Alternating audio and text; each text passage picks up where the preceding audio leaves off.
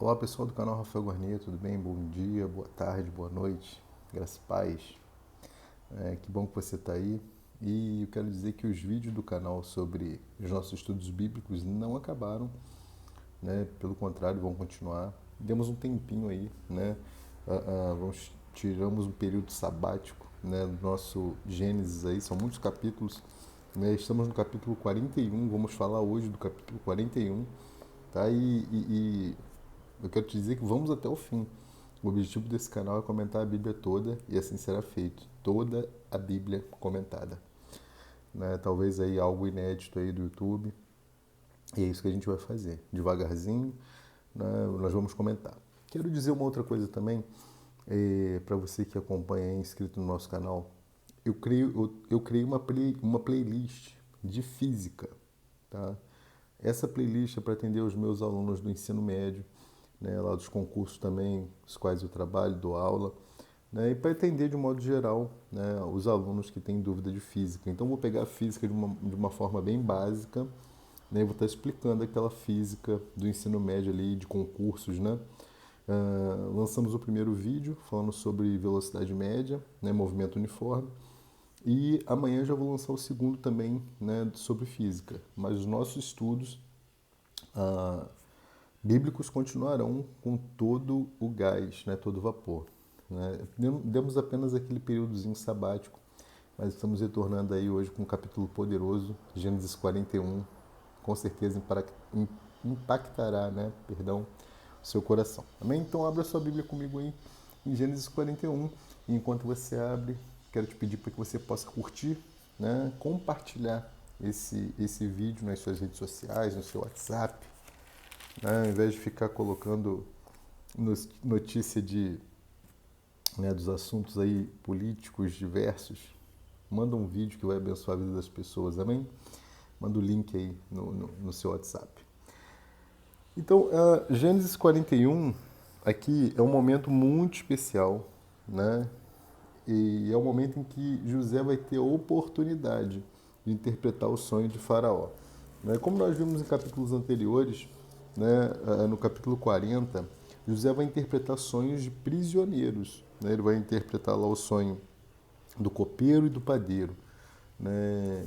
E ele vai dizer, olha só, quando vocês forem à presença de Faraó, lembrem de mim, mas Deus, de uma maneira poderosa, né, fez com que o copeiro não lembrasse, né, de Faraó, de José, perdão. Né? E interessante é que eu terminei o vídeo falando que aquilo que Deus vai fazer na nossa vida não vai ter auxílio de ninguém. Vai ser uma provisão divina. Né? E agora chegamos aqui no 41 e a gente percebe aqui o jeito, né, de Deus, que é diferente do nosso, é diferente daquilo que a gente acha, né, que Senhor, faz dessa maneira. Não, Deus vem e faz de uma maneira totalmente diferente, porque a honra, a glória é tudo para Ele. Amém? Então vamos lá fazer uma leitura bem dinâmica do capítulo.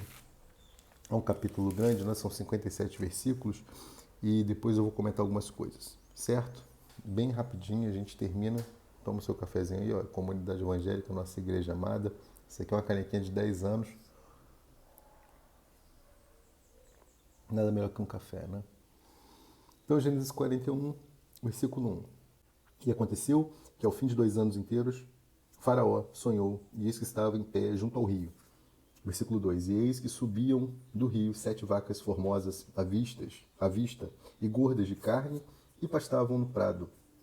Versículo 3. E eis que subiam do rio após elas outras 7 vacas, feias à vista e magras de carne, e paravam junto às outras vacas na praia do rio, na areia do rio. E as vacas feias à vista e magras de carne comiam as 7 vacas formosas à vista e gorda. Então as magras comendo as gordas. Então acordou o Faraó. Depois dormiu e sonhou outra vez, e eis que brotavam de um mesmo pé 7 espigas cheias de boas, espigas cheias e boas. Versículo 6. E eis que 7 espigas miúdas e queimadas do vento oriental brotavam após elas. E as espigas miúdas, versículo 7, devoravam as 7 espigas grandes e cheias. Então acordou o Faraó, e eis que era um sonho.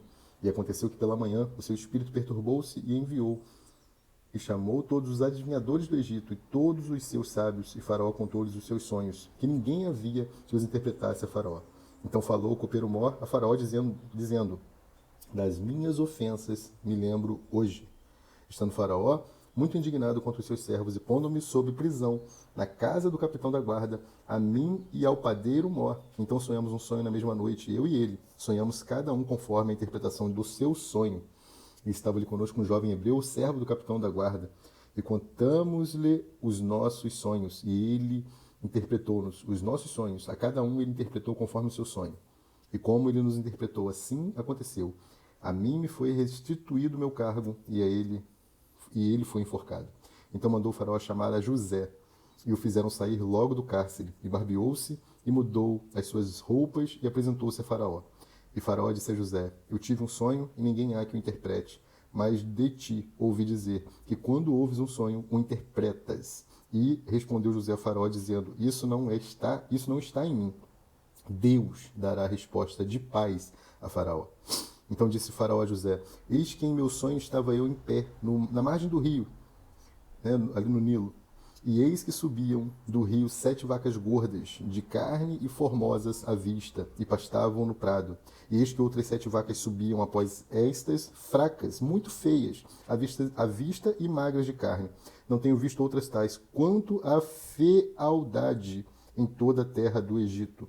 E as vacas magras e feias comiam as primeiras 7 vacas gordas. E entravam em suas entranhas, mas não se conhecia que houvessem entrado, porque o seu parecer era feio como no princípio, então acordei. Então, quer dizer, né, as vacas magras comiam as gordas e continuavam feias, magras, né? Depois vi em meu sonho, e eis que de um mesmo pé subiam 7 espigas cheias e boas. E eis que 7 espigas secas, miúdas e queimadas do vento oriental brotavam após elas. E as 7 espigas miúdas devoravam as 7 espigas boas. E eu contei isso aos magos, mas ninguém houve que me interpretasse. Então disse José a Faraó: o sonho de Faraó é um só. O que Deus há de fazer mostrou a Faraó. As 7 vacas formosas são 7 anos. As 7 espigas formosas também são 7 anos. O sonho é um só. Né? Então a vaca e as espigas, né, aqui quer falar da mesma coisa. As vacas e as espigas falam da mesma coisa.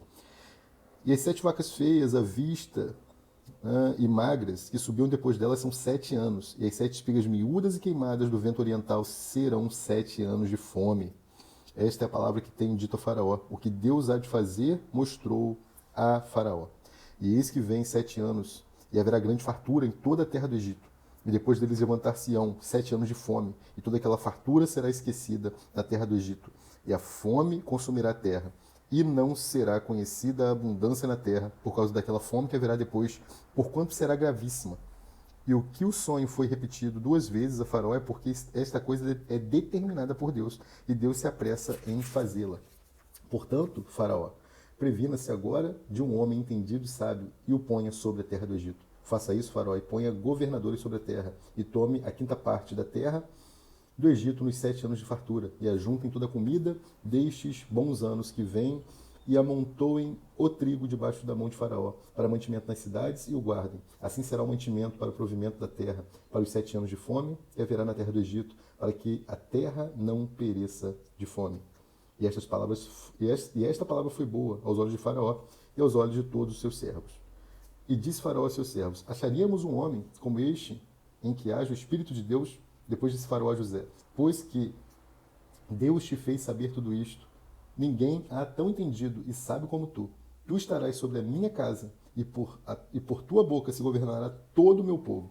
Somente no trono eu serei maior do que tu. Disse mais Faraó a José: vês aqui, te tenho posto sobre toda a terra do Egito. E tirou o Faraó o anel da sua mão, e pôs na mão de José, e o fez vestir de roupas de linho fino, e pôs um colar de ouro no seu pescoço, e o fez subir no 2º carro que tinha, e clamavam diante dele: ajoelhai. Assim o pôs sobre toda a terra do Egito. E disse Faraó a José: eu sou Faraó, porém sem ti ninguém levantará sua mão ou seu pé em toda a terra do Egito. E Faraó chamou o nome de José de Zafenate Paneia, e deu-lhe por mulher a Azenate, filha de Potífera, sacerdote de On. E saiu José por toda a terra do Egito. E José era da idade de 30 anos quando se apresentou a Faraó, rei do Egito. E saiu José da presença de Faraó e passou por toda a terra do Egito. E nos 7 anos de fartura a terra produziu abundantemente. E ele ajuntou todo o mantimento dos 7 anos que houve na terra do Egito e guardou os mantimentos nas cidades pondo nas mesmas o mantimento do campo que estava ao redor de cada cidade. Assim ajuntou José muitíssimo trigo, como a areia do mar, até que cessou de contar, porquanto não havia numeração. E nasceram a José 2 filhos, antes que viesse, né, um ano de fome, que lhe deu a Zenate, filha de Potífera, sacerdote de On. E chamou José o nome do primogênito Manassés, porque disse: Deus me fez esquecer de todo o meu trabalho e de toda a casa do meu pai. E ao fim do segundo ano, e ao nome do segundo chamou Efraim, porque disse: Deus me fez crescer na terra da minha aflição. Então acabaram-se os 7 anos de fartura que havia na terra do Egito, e começaram a vir os 7 anos de fome, como José tinha dito, e havia fome em todas as terras, mas em toda a terra do Egito havia pão. Tendo toda a terra do Egito fome, chamou o povo a Faraó por pão. E Faraó disse a todos os egípcios: Ide a José, o que ele vos disser, fazei. Havendo, pois, fome sobre toda a terra, abriu José tudo em que havia mantimento e vendeu aos egípcios, porque a fome prevaleceu na terra do Egito. E de todas as terras vinham ao Egito para comprar de José, porquanto a fome prevaleceu em todas as terras. Amém? Só a leitura já é uma aula, né? Eu não quero aqui me prender, né, na questão da interpretação aqui dos sonhos, porque isso está muito bem claro e definido. José explica muito bem, né, para Faraó, e a Bíblia relata isso fidedignamente. E há muitas pregações aí, estudos sobre a questão da interpretação, né, as 7 vacas gordas, as 7... Não. Vocês sabem que a fonte e o alvo do nosso canal é Jesus.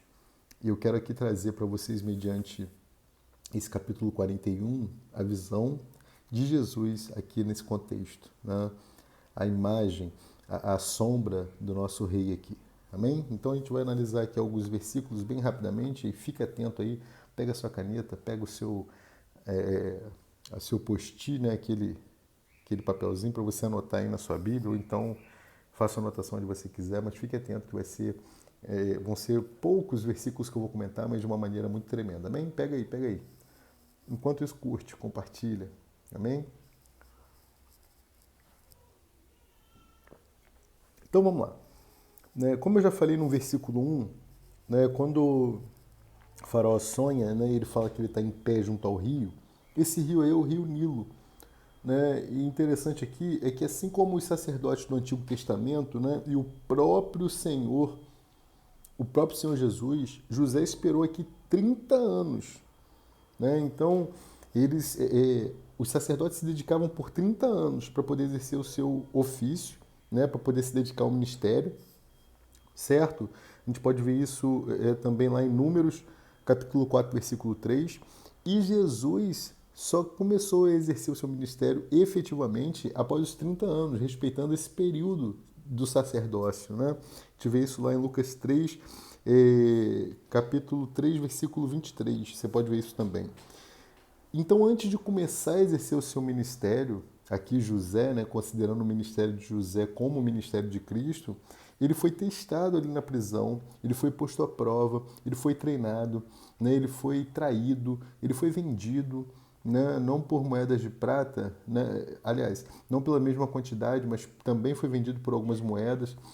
E isso você tem a sombra, né, do nosso mestre aí representada na vida de José. E aí, a partir do versículo 13, né, a gente pode ver que é um símbolo da ressurreição de Jesus. É um símbolo da ressurreição, porque José é tirado da prisão, e aquela prisão era uma prisão de morte. Não, olha lá, e como ele interpretou o versículo 13? Assim aconteceu, a mim me foi restituído meu cargo e ele foi enforcado. Então aqui, né, o copeiro, ele está fazendo agora aquilo que José falou lá atrás, para que ele falasse dele, né, de José para Faraó. Mas não era da forma que José queria, era da forma que Deus estava planejando. Né, porque seria uma vitória esmagadora aqui, né, do povo hebreu sobre o povo egípcio. Né, e isso começa aqui. Querendo ou não, apesar dos 400 anos, 430 anos que esse povo ficou no Egito, né, depois do êxodo ali de Jacó e seus filhos para o Egito, esses 430 anos que eles vão passar ali, os primeiros anos foram anos maravilhosos. E depois a Bíblia vai dizer, ele vai ler isso também, vai dizer que entrou no cargo um faraó que não conhecia a história de José. E aí que a coisa começa a esquentar. Né? Mas tudo para cumprir um propósito divino, certo? Versículo 14, né, ele fala assim: então mandou o faraó chamar a José e fizeram sair logo do cárcere. Né? Então ele estava ali no fosso, ele estava, né, preso, ele estava ali para morrer, né, naquele cárcere. Apesar dele ser o governador do cárcere também, era um lugar de morte. Né? Então isso está tipificando para a gente Cristo, né, como aquele que ressuscitou da prisão, dos grilhões da morte. Então você pode ver isso lá também, lá em Atos 2, né, versículo 24. Ok? E aí você tem questões, né, de interpretação aqui bem direta, né, sem muita coisa para inventar. Né? Faraó vai contar novamente o sonho para José. José vai dizer, olha, é um sonho só.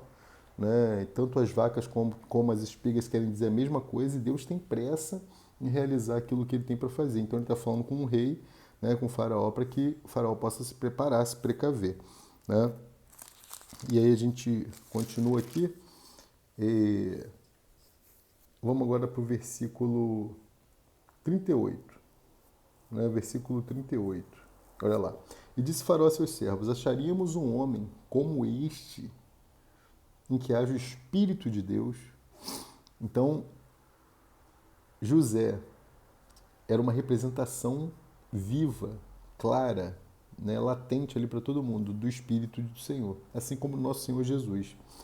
Né? E no versículo 40 ele fala assim: tu estarás sobre a minha casa e por tua boca se governará todo o meu povo. Somente no trono eu serei maior do que tu. Né? Então ele foi liberto da masmorra, liberto da prisão de morte para ser entronizado para governar. Alguma semelhança com a história do nosso rei? Né? Então, como Cristo, ele ressuscita da morte e é entronizado, é coroado, né, com autoridade. E ele tinha toda a autoridade, né, no céu e na terra, assim como, né, o nosso Senhor. Olha lá Mateus 28, né, versículo 18, e Atos 2, versículo 36. Certo? Então, primeiro, José vai revelar os segredos. Né? Então, ele passa a governar, ele passa a preservar a vida do povo. Então Jesus veio, primeiro começou a revelar uma série de segredos do reino e depois ele passa a preservar a vida do seu povo, daqueles que creem nele, né? Livrando-os da morte e trazendo-os para a vida, né? Para a vida eterna. Versículo 42. E tirou o faraó o anel, né, da sua mão e o pôs na mão de José e o fez vestir de roupas de linho fino e pôs um colar de ouro no seu pescoço. Então fica atento aqui que são muitos detalhezinhos aqui, né? Quando José recebe essa glória, né, essa dádiva, né, em sua entronização, em sua coroação, em ser posto ali no trono, né? Isso é um símbolo de Cristo. Olha lá, se a gente perceber aqui essa glória, né, a gente pode ver também em Salmo 68, versículo 18, a gente pode ver também em Atos 2, 33. Né, tudo ali bem pertinho ali, em Atos, ali, o capítulo 2, ele vai falar muito acerca dessa entronização aí. Por isso que tem muitos versículos próximos que eu estou dando como referência para vocês aí. Ok? Então, Atos 2:33, então você tem aí representação da glória, né?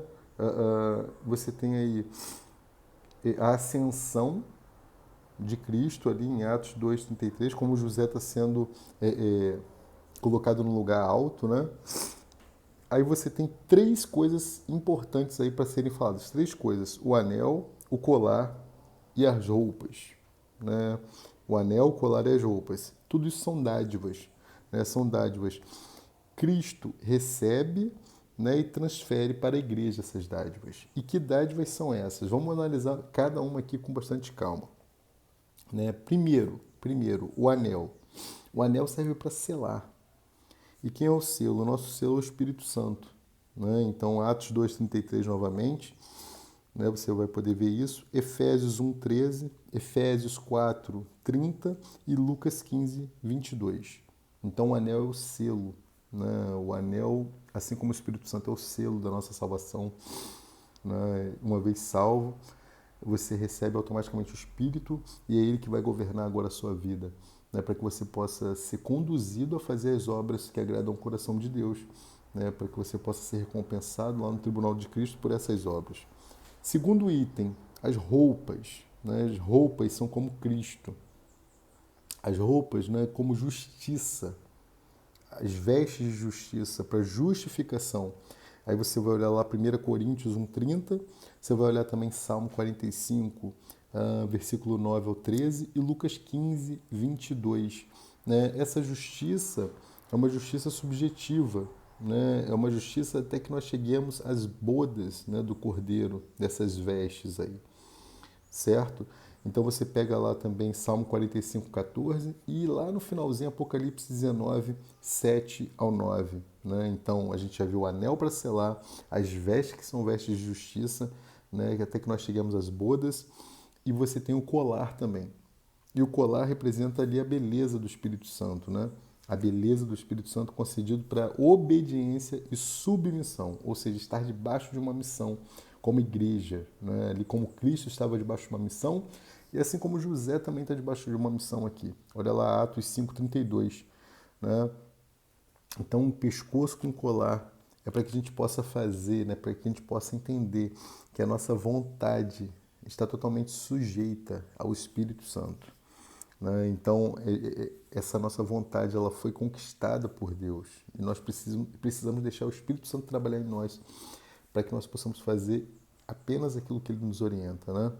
Então, isso é uma conquista. A nossa vontade tem que ser subjugada, né, para obedecer o mandamento de Deus. Né? Então, é como se fosse uma experiência, esses três fatos, é como se fosse uma experiência na vida do crente, né? Uma experiência espiritual. Porque primeiro você tem o selo, né? A questão do selo, é a salvação. Segundo, você tem as vestes de justiça. Essas vestes servem para que a gente viva, né, para Cristo, né, conforme Gálatas 2:20 e Filipenses 1:20 e 21, parte A do versículo. Né? Então, para viver Cristo como nosso pescoço ali, né, quando ele bota o colar. Então, Cristo é o nosso... As pessoas vão olhar, né, e vão ver Cristo em nós. Né? Buscar a santidade sem a qual ninguém verá a Deus. Né? Uma vez que você é santo, as pessoas passam a ver Deus através de você. Né? Então a gente obtém esse colar para que a nossa vontade seja subjugada pelo Espírito Santo. Então o anel, o colar e as roupas aí, esses três símbolos importantíssimos para que a gente possa entender também um pouquinho essa questão aí do nosso Senhor. Né? Então José é uma imagem, um símbolo de Cristo. Tá? Avançando um pouquinho, versículo 45. Né? Ele recebe o nome ali, né? O faraó vai mudar o nome dele, vai chamar de Zafenat-Paneia. Zafenat-Paneia tem um significado muito interessante. Né? Pode ser preservador da vida. Quem é o nosso Cristo, senão aquele que preserva a nossa vida? Né? Salvador do mundo e revelador de segredos. Precisa falar alguma coisa? Acho que nem precisa, né? E quando ele casa aqui com Azenate, né, filha de Potífera, sacerdote de On, isso está representando algo aqui muito poderoso para a gente também. Ela era uma egípcia. E representa aqui Cristo como igreja, né? Cristo em relação à questão da salvação dos gentios, da minha e da sua vida. Né? Olha lá Mateus 1:1. Né? Então, Cristo em relação à igreja representada ali pelos gentios. Né? Uma vez que a gente já falou aqui por diversas vezes, os judeus não entenderam a princípio o propósito do Senhor. Né? E é por isso que antes da crucificação, quando Jesus tá entrando na cidade de Jerusalém, o povo vibrava e Jesus chorava, porque não entenderam, né? Eles não puderam aproveitar, porque não tinham entendimento, tiveram seus olhos fechados para o entendimento de que aquele era o Salvador, aquele era quem eles deveriam adorar. Né? Então, primeiro, né, Jesus vem com toda a majestade, né, abrindo mão do seu trono, vindo naturalmente, vamos dizer assim, e ele passa todo o período de preparação sacerdotal para começar a exercer o seu ministério, que era de 30 anos. José foi vendido aos 17, né, e 13 anos depois ele sobe ao trono. 17 mais 13, 30 anos também de preparação para exercer o seu sacerdócio. Né, isso é muito tremendo. Continuando, vamos agora para o versículo 51, né, quando fala dos filhos. Né? Manassés é aquele que faz esquecer, né? Versículo 51 vai falar de Manassés. E Efraim, no 52, quer dizer frutífero, né? Nem precisa falar acerca de frutífero, né? Quando se fala de José e quando se fala de Jesus especialmente. Né? E por falar de fruta, né? E de ser frutífero, só aproveitando um gancho desse termo, interessante, uma das passagens bem interessantes que a gente tem estudado por esses dias também, né, além de Gênesis, é quando Jesus olha aquela árvore frondosa, né, a figueira, e a figueira tinha folhas, e aquilo era um prenúncio de que ela tinha frutos. E quando Jesus vai procurar, né, ele abre ali a figueira nas folhas, vai procurar fruto, não encontra, ele fala para aquela figueira para que ela permanecesse naquele estado que ela estava. Né? Então o milagre da figueira permanecer como estava. E vai ser assim na minha e na sua vida. Né? Quando Jesus vier para aquele tribunal dos crentes, é o tribunal de Cristo, se não houver frutos, você não vai ter mais como produzi-los depois. Né? Então você vai ficar da maneira que você está. Ainda que você esteja salvo, ainda que você tenha alcançado salvação, você não vai ter mais condições de produzir frutos. E Jesus, tudo que Ele quer é que nós produzamos frutos para Ele. Que nós não sejamos como aquela figueira, porque aquela figueira tinha apenas aparência de que tinha frutos, porque ela tinha folhas, mas ela só tinha aparência. Então que nós possamos não somente ter aparência de que produzimos frutos, que nós sejamos verdadeiros nas obras que nós fazemos para o Pai. Fecha parênteses. Certo? Finalizando aqui o nosso estudo de hoje, versículo 56. Vamos para o 56 agora. Havendo, pois, fome sobre toda a terra, né? Toda a terra. Abriu José tudo em que havia mantimento, né? Mantimento aqui para preservar, né? E dar satisfação ao povo, dar uma satisfação tanto para Faraó, olha aqui, ó, tá tudo, a obra está completa, aquilo que o projeto deu certo, né? É Jesus satisfazendo ao Pai, né? E satisfazer ao povo, saciar a fome do povo, assim como Jesus saciou a nossa fome, né, de vida. E aí ainda aqui, né, detalhe que o alimento ele só poderia ser encontrado aonde José estava. Isso diz para nós que a gente só pode encontrar o alimento onde Cristo está. Amém? Então é isso, né? Um capítulo muito robusto, né? Muito denso. E como eu falei, a gente quis trazer uma visão de quem é José e a figura de José para o nosso Senhor Jesus Cristo. Né? Uma visão talvez diferente que você não tenha visto ainda, né? Ouvido em pregações, em estudos, mas é uma visão que a gente quer sempre trazer aqui no canal. As figuras, as representações de Cristo, né, por toda a Bíblia. E vai ser assim em todos os capítulos que a gente estudar. Amém? É isso. Não deixe de se inscrever aí no canal se você ainda não é. Se por acaso você caiu aí nesse vídeo e não conhece o nosso canal, quero te convidar a assistir, né, as outras mensagens, não só de Gênesis, mas outras séries que nós temos aí. Né? Não deixe de dar o seu curtir aí, esse botão de joinha, para que o YouTube entenda a relevância desse vídeo. E compartilhe aí se você puder também nas suas redes sociais, no seu WhatsApp, Telegram e outros dispositivos aí que você tem no seu celular. Amém? Um grande beijo, fiquem com Deus, né? E qualquer dúvida, deixe aí nos seus comentários aí, qualquer dúvida que possa ter surgido, e a gente vai ter o maior prazer aí em explicar, certo? Vou deixar o telefone aí passando aí também na tela, para que você possa mandar um WhatsApp aí, caso você se sinta mais à vontade. Um grande beijo, fiquem com Deus e até a próxima. Tchau, tchau.